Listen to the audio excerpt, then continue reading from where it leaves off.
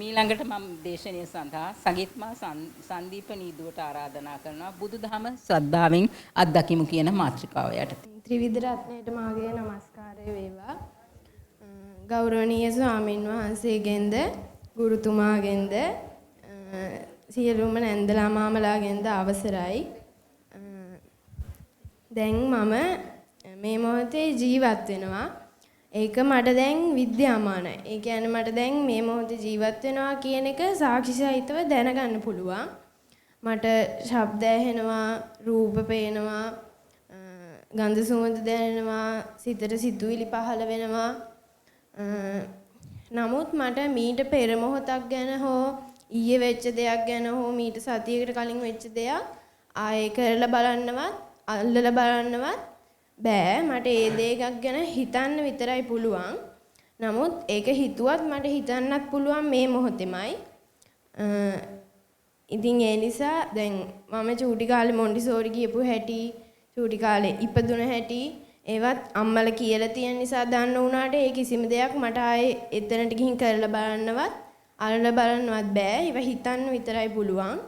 ඒ වගේම තමයි මට පෙර ආත්මයක් තිබුණා කියලත් පෙර සසරක් තිබුණා කියලත් සර්වඥයන් වහන්සේ දේශනා කරලා තියෙන නිසා සර්වඥයන් වහන්සේ පිළිබඳව ශ්‍රද්ධාව තියෙන නිසා මම විශ්වාස කරනවා වුණාට ඒ කිසිම දෙයක් ආයෙ මට කරලා බලන්නවත් ඒ වල්ලලා බලන්නවත් බෑ. ඉතින් ඒ නිසා අතීතයේ වෙච්ච දුකක් ගැන මම ආයේ මේ මොහොතේ නැවත නැවත හිතුවට තේරුමක් නැහැ. මොකද මට ආයේ එතනට ගිහින් ඒ දුක වෙනස් කරන්නවත් ඒ දුක දැන් ඇති වෙලා නැති වෙලා ගිහින් ඉවරයි. ඒ හින්දා ඒවා හිතනවා නම් හිතන්නත් ඕනේ මේ මොහොතේමයි. ඒ නිසා ඒ ගැන හිතට තේරුමක් නැහැ.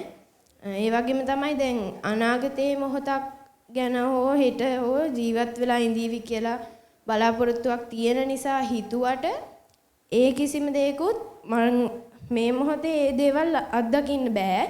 ඒ දේවල් මට හිතන්න පුළුවන් වුණත් ඒවත් හිතන්න පුළුවන් මට මේ මොහොතේමයි. ඉතින් ඒ වගේ දැන් අනාගතේ වෙන්න තියෙන දුකක් වුණත් හිතන්න විතරයි මට පුළුවන්. ඉතින් මේ වගේ මේ දුක කියන දේ තියෙන දෙයක් නෙමෙයි. ඒකත් අපි හිතින් තමයි සකස් කරගන්නේ. මේ ජීවිතේම දුකක් සතුටක් තියෙනවා. ඒනට ඒ සතුට පවත්ව ගන්නත් අපිට දුක් විඳින සිද්ධ වෙනවා. ඉතින් ඒ වගේ දැන් ටීචර් කෙනෙක් මට මොකක් හරි හෝම්වර්ක් එකක් කරන් එන්න කියලා මම මේ හෝම්වර්ක් එක කරගෙන ගියාම කියනවා හොඳට කරලා කිව්වහම මට සතුටක් ඇති වෙනවා. එතකොට මම මේ ඇහුණ ශබ්දයට තමයි හොඳට කරා කියලා කිව්වා සතුටුයි කියලා හිතින් හදාගෙන තියෙන්නේ.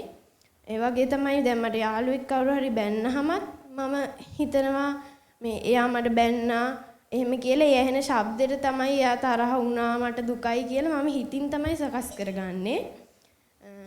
ඒ වගේ දැන් මම සාමාන්‍යයෙන් දූරියන් එහෙම කන්න ආස නැහැ. ඒ වගේ දැන් දූරියන් කන්න ආස එක්කෙනෙක්ට දූරියන් ගෙඩියක් දැක්කහම එයාට සතුටු හිතෙනවා.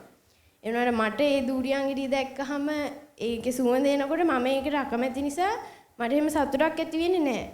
නමුත් ඒ කන්න ආස එක්කෙනාට ඒක දැක්කම සතුටක් ඇති වෙනවා. ඒක එයත් හිතින් සකස් කරගන්න දෙයක්. දැන් සතුට දුක කියන දේ මේ ලෝකේ ඇත්තටම තියෙන දෙයක් නම් ඒක අපි දෙන්නටම දැනෙන්න ඕනේ. නමුත් ඒක සකස් කරගන්න දෙයක් නිසා ඒ සකස් කරගන්න විදිහ අනුව තමයි දැනෙන්නේ. ඉතින් ඒ විදිහට තමයි මට මේ දුක වැටහෙන්නේ. නිතරම මගේ වටේ තියෙන දහම් පරිසරයක්. දැන් අම්මට කෝල් එකක් ආවත් අත්තම්මා කතා කරත් ගොඩක් වෙලාවට කතා කරන්නේ දහම් කරුණු ගැන. එතකොට මේ මුල් උපත ගැන, පසු උපත ගැන, අනිත්‍ය දුක්ඛ අනාත්ම ගැන එහෙම කතා කරනවා නිතරම මට ඇහෙනවා. මේ දවස්වල නම් ජාති ජරා මරණ විමසීමක් ගැන ඒවා ගැන කතා කරනවා. ඉතින් ඒ වගේ ඇහෙන සමහරක් දේවල් මම මගේ ජීවිතේට ගලප ගන්න අවස්ථා තියෙනවා. ඉතින් ඒ වගේ දේවල් මගේ ජීවිතේට ගලප ගන්න උදව් කරපු ගුරුතුමාට නිර්වාණ අවබෝධයම ලැබේවා. ඒ වගේම තමයි මට මේ ආවර්ජනාව කරන්න උදව් කරපු අම්මටත් අත්තම්මටත් චූටි අම්මටත් අයෝමි ඇන්ටිට නිර්වාණ අවබෝධයම ලැබේවා. දරුවන් සරණයි.